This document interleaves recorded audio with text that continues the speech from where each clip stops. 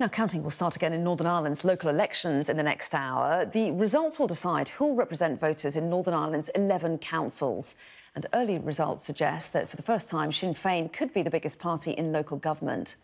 Well, let's discuss these elections. Joining me now is the writer and commentator Emma DeSouza and the founding editor of the Slugger O'Toole blog, Mick Fealty. Very good morning to both of you. Thanks so much for talking to us. Emma, should these elections be seen as a measure of how people feel about local issues in Northern Ireland, or can they be seen as a barometer on the future of power sharing and tensions over Brexit?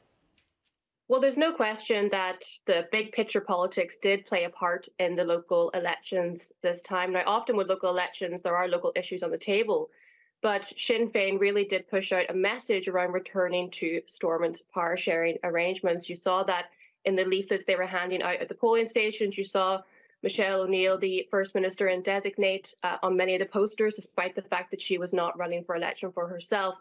And the DUP also did play into that messaging, talking about trying to get a mandate to continue with their boycott of the institutions.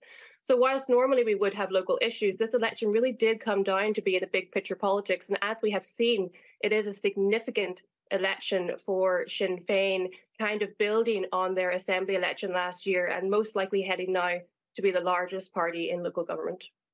Mick Fealty, do you agree with that this can be viewed as a proxy referendum on that stalemate at Stormont? Of course. There's no argument there. Emma's exactly right. The only thing I would say is there were no local issues in this one. That was really the most obvious aspect of this. There was no, there were no promises made for, say, the future of Derry City, as we had seen in some of the local elections earlier this month in England.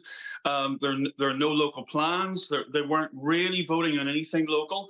And I think that's reflected in the results, because the results themselves really show a reflection of what happened last year in the Assembly election, with really the DUP since 2016, their last really great performance at the Assembly, flipping places with Sinn Féin. And ironically, the parties that are paying most of the price of that are not necessarily the DUP, who are the recalcitrant ones at this occasion, but the smaller nationalist and unionist parties, who basically the great elephants are rolling over and crushing like so much grass. And Emma, do you agree with that absolutely no local issues will have been a factor in these elections? Because some might say that Northern Ireland is suffering the same cost of living crisis that we are in other parts of the UK as well. And that certainly was a factor, or deemed to be a factor, in the local elections in other areas. I think there are some outliers. So if you look, for example, as Mick was saying, around the smaller parties, they have been the big casualties of this election. The Green Party have now lost their second leader within a little over a year, after Claire Bailey lost her seat last May, and now Mal O'Hara has lost his council seat. SDLP significantly squeezed, and so is the UUP, the smaller unionist and nationalist parties. And I think if you look at some of the outliers to that decline, you see candidates such as Paul Docherty in West Belfast, who did get elected for the SDLP, but he does significant work in the community around food banks and around clothing issues. You see other candidates as well who are significant local community workers. So there are some outliers where you see candidates who are bucking the trend of their own party's decline and getting elected based on the local work that they've been doing. But by and large, this is big picture politics. And Sinn Féin already out now talking about how we have to get back into government. And that is the issue at hand here in terms of returning power sharing. Well, yes, and Mick, what would have to happen at these elections for the DUP to return to Stormont? Absolutely nothing. I mean, the real paradox of this is that one of the reasons why the DUP did not accept the Windsor framework is they knew these elections were coming up, and they knew it would polarise their own base. And there is that one simple, practical and pragmatic reason why they stayed out, because it was better business for them if they did.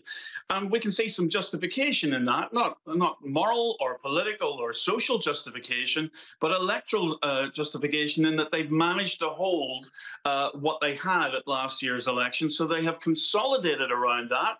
they haven't exactly squeezed the TUV, but I know certainly in my old constituency of North Down, they've really squeezed the more moderate Ulster Unionist party. So although Sinn Féin ran with this idea of punishing the DUP, the people who got punished was almost everybody else except the DUP.